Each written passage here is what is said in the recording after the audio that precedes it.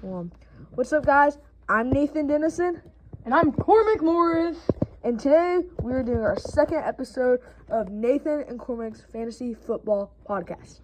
All right, our name of this episode is Who is Good This Season? And I feel like we have that because there's been a lot of upsets. Like this week, the Vikings beat the Lions, and there's many more upsets. I have to look at my sheet, but it has been really crazy this season. And all right, first of all, we're gonna start at next week's predictions. All right, so we had the Broncos-Raiders play. I mean, pretty close game. This Broncos team has won 7 straight, but I just don't know about them. They play down to their opponent's level or play up, and for like the Eagles, because I'm an Eagles fan. But yeah, it's weird. Like it's weird that you have a close game with the Raiders and a close game with like just every team they played. So I don't know how much longer this team will keep on winning, but hey, they won. All right. Then our next game is the Giants and Chicago. So, me personally, I think that the Bears might get this one, but I wouldn't be surprised if the Giants won. You know, battling with injuries with Malik Neighbors and Cam Scadaboo, but Brian Daboll, he's looking like a pretty good coach this year, and Jackson Dart is looking like a pretty good rookie. Caleb Williams and the Bears coming off a pretty hot game, so I think if they win, I wouldn't be surprised. I think they can really pull through. Then we have Buffalo versus Miami. Miami's been one of the worst teams this season, and I'm pretty sure they'll lose. Like, obviously, I could see upset. Any game could be upsetted, but Buffalo's been looking great since their losses, and I really like this team. I think they've gotten a lot of things together. I think they'll come back and beat the Patriots, and I don't know if they'll lose another game this season. Then we have... And then, Baltimore versus Minnesota. Me personally, I think Baltimore is going to win. You know, with Lamar back, I think they're really ready to win and ready to be a playoff contender again this year. Not really looking like one yet, but I think they can really get a win this week. Yes, and then our next game, very snoozer, definition of a 1 p.m. game. We had the Cleveland Browns versus the New York Jets. We had the Cleveland Browns winning this one. The Jets had a fire sale over all the offseason. They got rid of a lot of players, got a lot of capital in return, and I just don't see this team winning. Not sure if Cleveland's going to start Shadur this week. Probably should. Let him get the play experience in. Dylan Gabriel does not seem to be the answer in Cleveland. I mean, the season's already done for, but... And then the Patriots versus the Bucks. Patriots really looking like really on a roll. Them and the Bills battling for who's number one in the AFC East right now. But I think the Patriots are going to beat the Bucks. You know, Emeka really had a really good start, then had that hamstring injury, got put back. I think he can really start to become good again. But right now, I think the Patriots are going to win. Also, with the Bucks having Bucky Irving back, I think that's going to be really good. But with Rashad White, they weren't looking super good, but Bucky Irving might be able to help him pull through. Yes, and then we have, hold it. I put these things twice. Oh, whatever. Then we have the Jaguars versus the Texans. So, this could be a very close game. The Jaguars got a very close game against the Raiders last week. Brock Bowers going off 43.3 fantasy points, the highest of the week. Although the Jaguars were able to sneak the win, I just think this Texans team has gotten stuff together recently. I still don't think this will be a playoff team, but I mean they could be a decent team. They could have 7-8 record by the end of the season. Yeah, I think, and then the Cardinals versus the Seahawks, NFC West matchup. I think the Seahawks are going to win this one. You know, Kenneth Walker, he's looking kind of all right, but Zach Charbonnet definitely one of the best red zone backs in the league. And JSN, top leading receiver for fantasy, and he has the most yards. And I think that they can really win this one this week, and I think they'll beat the Cardinals. Yes, and then we have the Lions versus the Commanders. The Commanders, Jaden Daniels out. They've been a lot worse looking this season. As an Eagles fan, I still feel somewhat bad for them. They made it to the NFC Championship last year, and this year they're 3-6. They're looking a lot worse, but I just think the Lions will have this. The Lions have a lot of things under together and control, and they'll surely be an injured Commanders team. Yeah, and then Rams versus the Niners, another NFC West matchup. I think the Rams are going to win this one. Niners, they're looking all right, but Mac Jones over Brock Purdy, that's what the line's looking like for now. And I don't think Mac Jones or Brock Purdy is good enough to get the win against the Rams. Yes, and then we have the Steelers versus Chargers. The Steelers come off a dominant win last week against the Colts, beating the arguably best team in the league right now. They stopped Jonathan Taylor for 45 yards. They had Danny Dimes, Danny Pennies. He had 6 turnovers that game, 4 interceptions, 2 fumbles. Part of that might have been just the stress of playing a defense that looked good that game. They haven't looked good all year, but I mean they're the highest paid defense for a reason, and they got a defensive win over that, even though it was high scoring. And we got the Eagles versus the Packers. Me personally, I think the Eagles are going to win this one. Packers not looking so hot after that loss to the Panthers, but losing Tucker Kraft too with the ACL injury. I think the Eagles are going to pull through and win this one. Yeah, I agree completely as an Eagles fan. All right, now we have our position rankings. This is kind of like fantasy-wise, like who's the number 1 option at each position. Right now, for a quarterback option, we have Patrick Mahomes. He's been very consistent throughout the season, although he had a pretty bad game against the Bills.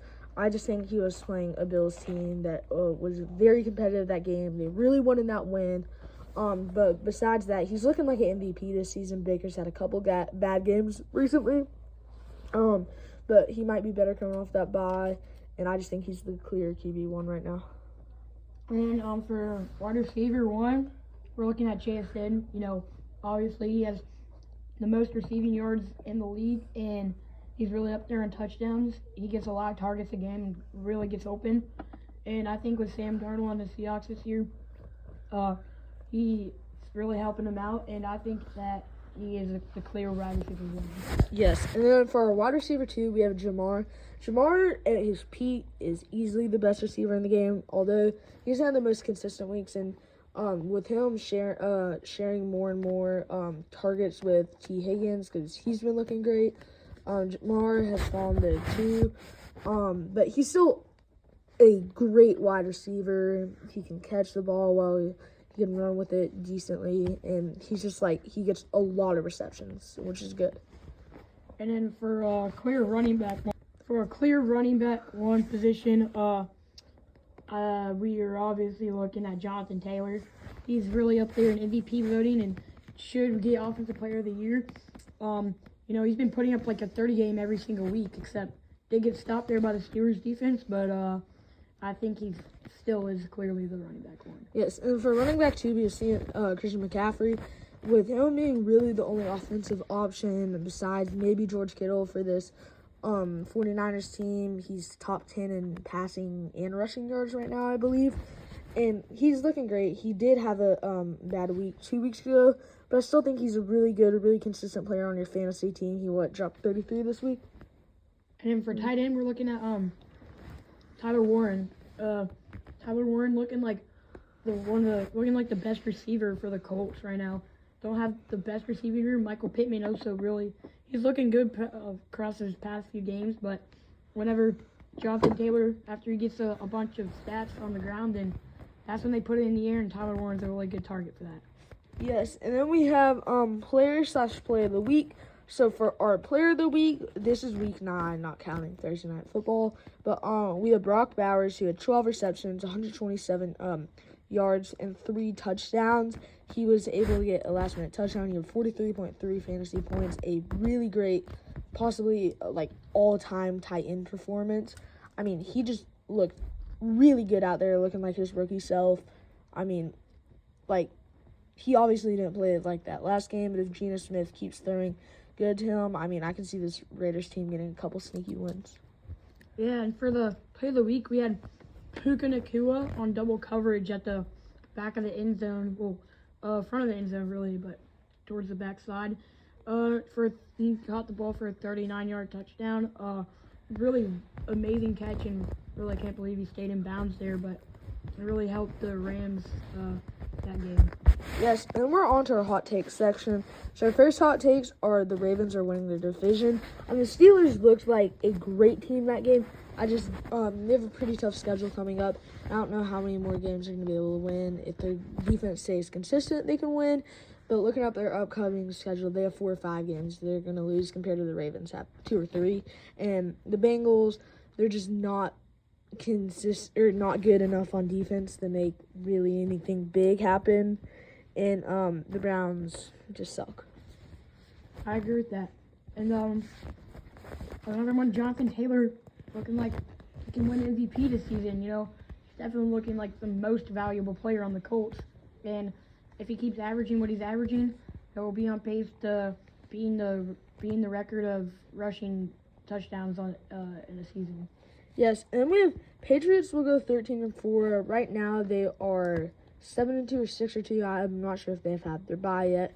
But looking up their upcoming schedule, they play their hardest games are, I believe, the Ravens, Bills, and someone else. It might be the Buccaneers, but I think they will win at least one of those games. I think this team is pretty good. They did have a close game against the Falcons, but the Falcons are inconsistent. And compared to last year, this team's looking great. Drake May's been doing good. Stephon Diggs. It's just a really good team. Yep. And Rashee Rice, I think he's top 10 receiver this year. You know, he's averaging, coming off the suspension, he's averaging around over 20 points a game. And I really think he's one of the best receivers in the league, and is definitely the best receiver on the Chiefs this season. Yeah, for sure. And we have Rico Dallas, a top 10 running back. When he was splitting 50-50 with Chuba Hubbard after his 2 games when Chuba Hubbard was injured, he was not looking as good. He was still having more yards per carry. But then once they had him start and shared more, he was looking great against a really, really, really good Packers run defense. And I think just that game has elevated him to the top 10 running back. A great pickup for your fantasy league if, say, you could get cheap trade for him, or if no one in your has picked him up yet. And another one, Bryce Young, is looking pretty good. And he's looking like he may have been worth that number 1 overall pick. You know, he's really doing good with the pick on the Panthers this season, and they're really they've been winning some games that maybe they shouldn't have won, but you know, the Panthers, they could be some playoff contenders this season. The Cowboys for sure won the George Pickens trade. People thought that at the time, but it could have been, sneaky trade for the Steelers. But George Pickens has been balling out this season, looking like he's looking almost as good as CeeDee Lamb, already on a really good wide receiver core. I mean, I understand the trade for the Steelers. They don't like having 2 big wide receivers, like a 1 wide receiver core more and a lot of tight ends. But for sure, the Cowboys won this trade. He's paid off really good. They have one of the best offenses in the league right now. Yeah, and looking at some people that you should pick up for this upcoming week. Me personally, I think you should pick up Michael Pittman. You might not want to start him this week against the Falcons. You know, they're looking like they have a pretty good pass defense, but you definitely want to start him in weeks upcoming. He's had back-to-back 20-point games, and 3 in a row 20-point games, and I think he's going to keep doing really well. Yes, and then we have Jaylen Warren, he's been looking great. The Steelers have been running the ball a bit more because DK Metcalf has not been that consistent this season and just not that good of a player overall. So they've been running it more. He's been getting good, consistent 15-point games. If you're in especially like an 8-man league, he's a great running back to pick up, especially if you don't have a good running back core. Yep. And this week, I think you should bench Jalen Waddle. Yeah, with Tyreek Hill out, he was kind of looking like clear wide receiver 1 for the Dolphins, looking like he get a bunch of targets, but, Tua, I don't know if he can really see.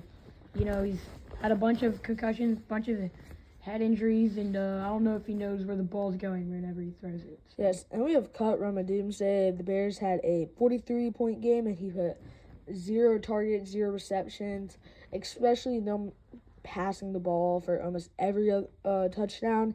He is just not a good wide receiver, especially the start. There's so many other receivers that you could pick up. He's just not good enough to start. Yep, and this week I think you should start Sam Laporta against the Vikings.